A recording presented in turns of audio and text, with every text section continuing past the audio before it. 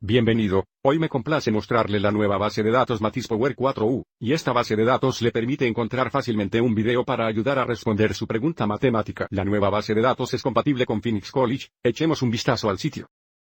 Voy a revisar la página de inicio de Phoenix College. Desde el menú de búsqueda, estoy buscando videos de matemáticas.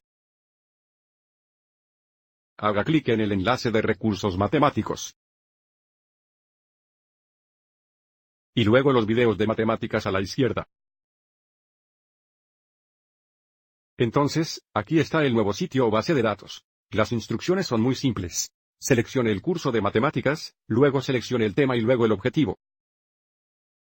Desde el primer menú desplegable, sigamos adelante y seleccionemos álgebra. Desde el segundo menú desplegable, sigamos adelante y seleccionemos expresiones radicales, ecuaciones y funciones.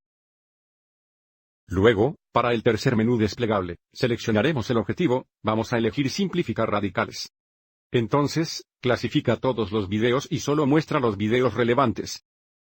Entonces, desde esta pantalla tenemos el título, una descripción y luego un enlace al video, y recuerda que hay dos tipos de videos. Hay lecciones en video y ejemplos en video. Entonces, queremos ver este video de ejemplo aquí, simplemente hacemos clic en el enlace del video a la derecha. Queremos simplificar las raíces cuadradas dadas una raíz cuadrada no se considera simplificada si el radicando, entonces, como puede ver, la base de datos es muy simple de usar.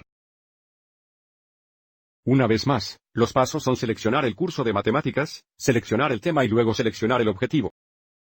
Para acceder a la base de datos de videos matemáticos, aquí está el enlace directo.